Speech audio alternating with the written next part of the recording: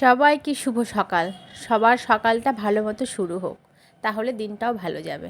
তো আগের দিন আমি করেছিলাম ঘি। তো ঘিয়ের যে কাঁচিটা থাকে না, সেটা যদি তোমরা বেশি না পুড়িয়ে দাও, তাহলে সেই কাঁচিটা দিয়ে তোমরা মুড়ি মেখেও খেতে পারো, আবার পরোটা রুটি করে নিতে পারো। তো আমি সেটা দিয়ে আজকে পরোটা করবো। এটা দিয়ে আমার মেয়ের টিফিনও হয়ে যাবে এবং আমাদের ব্রেকফাস্টও হয়ে যাবে। তার মধ্যে আটা দিয়েছি, দিয়ে লবণ আর একটু গুড় দিয়েছি, মেখে একটা ডো বানিয়ে নিয়েছি। তা সফট করে ডোটা বানাবে, সেটাকে আধ ঘন্টার জন্য রেস্ট রাখবে।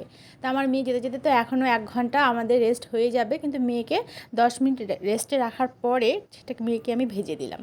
3 কোনা পরোটাটা আমার কিন্তু খুব সুন্দর একটা হয় না, 4 কোনাটা খুব সুন্দর হয়, তোমরা দেখতেই পাবে। এটা একটু মোটা হয়েছে। যেমনই হোক না কেন, মেয়ের টিফিন বক্সে তো আমাকে ভেঙেই দিতে হবে, সেই জন্য যেমন তেমনই করে দিলাম।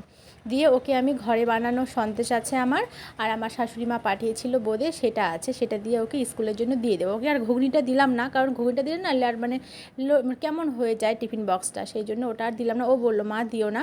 আর দুটো শশার পিস দিয়ে ওর টিফিন বক্সটা আমি ভরে দেবো।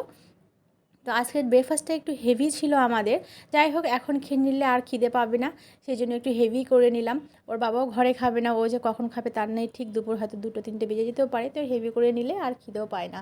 তার সঙ্গে আজকে করেছিলাম আমি শশার স্যালাড করেছিলাম, মানে মশলা মাখা শশা করেছিলাম, যেরকম মেলাতে কিনতে পাওয়া যায় না। আগে কিন্তু আমাদের ওখানে বাসন্তী মেলাতে না এভাবে মশলা শশা কিনতে পাওয়া যেত, এখন তো এসব দেখা যায় না, কিন্তু সেইভাবেই আমি আজকে করেছি।